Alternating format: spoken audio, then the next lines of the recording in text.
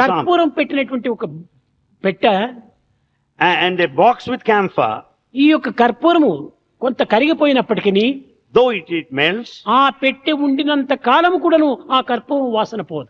so long the box lasts, it will have the smell of this camphor. కాబట్టి విషయవాసనతో కూడినటువంటి పెట్టె ఈ దేహము. The body is full of sensual pleasure. ఈ కోరికలు అనేటువంటిది నశించినప్పటికీ ఈ వాసన ఈ దేహంలో పోదు. Desires may go vanish, but still that vasanas will be కనుకనే there. వాసనలు అనేటువంటిది ఉండినంత వరకు కూడాను, కోరికలు ఉండినంత వరకును వాసన తప్పదు. Therefore the reminiscence or remnants will continue ఈ in you. వాసన ఉండినంత వరకును దైవం మనకు ప్రాప్తించడు. So long the remnants of the sensual pleasure are ఇది there, you cannot ఆత్మబోధ. have God. ఇది ఆత్మబోధ. This is the teaching of Atmic knowledge. అంతే కాదు, Not only this, మానవుడు కోరికల నిమిత్తమే జన్మించినటువంటి వాడు కాదు. man is not born to fulfill his ఇది desire. కేవలం సంకుచితమైనటువంటి యొక్క జీవితము. It's just a narrow life. మానవ జీవితం విశాలమైనటువంటిది, Human life is so vast, అనంతమైనటువంటిది. infinite. ఈ భగవత్ తత్వం ఎట్టి విశాలమైనటువంటిదో మానవుని యొక్క జీవితం కూడా అంత విశాలమైనటువంటిది. Just as the divinity is so vast, so also human life.